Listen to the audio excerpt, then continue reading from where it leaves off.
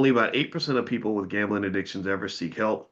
So that means like when people like me start talking, they just turn it off because they think it's never going to happen to them. I understand that.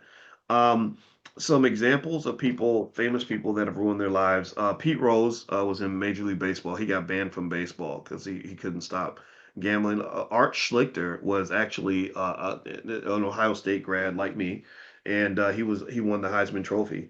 And he went to the NBA and or sorry NFL, and he kept gambling so much they eventually had to put him out of the NFL.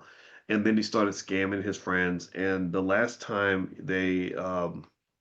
I heard about Art was they arrested him in a parking lot with a crack pipe in his pocket. He was in his 60s at that time.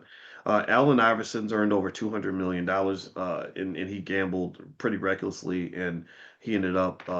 The only good thing he has going on is this deal he made with Reebok, apparently, where they saw his financially self-destructive habits, and someone convinced him to sign a deal where he wouldn't get his money till he was in his 50s, and some people look at that as a genius deal, and it was only a genius deal because it protected Allen from himself, but it wasn't a genius deal from a financial standpoint. It was actually a great deal for Reebok though because they were able to get let's say $100 million worth of value by only paying this guy the equivalent of maybe $5 or $10 million, because there's a concept that a lot of people aren't aware of called the future value of money. So if somebody just says, "Hey, I don't want to pay you 10 million now, but we'll give you 40 million, 30 years from now."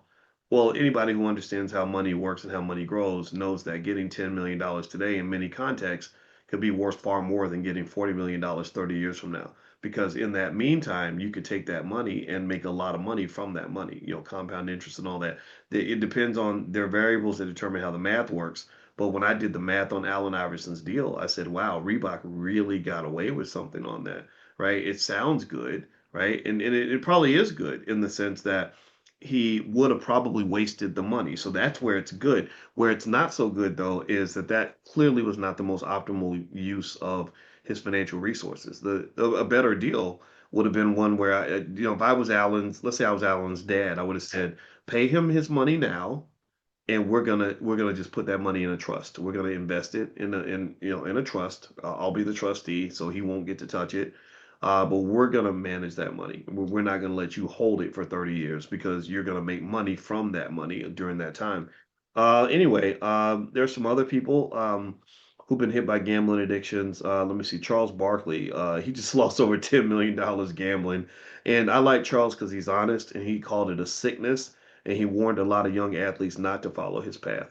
Remember, Charles hung out a lot with Michael Jordan, and they both were gambling addicts. And Michael can afford to be a gambling addict, so the addiction does not show itself because he's just got so much money that I guess he's able to overcome it. At least that's the appearance that I've seen.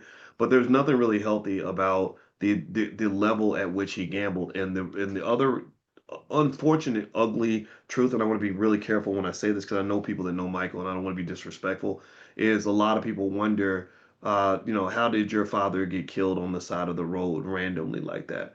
Was that a random incident that could have happened to anybody, or was that something that was done to send a message to say that anybody can be touched and that your celebrity will not protect you?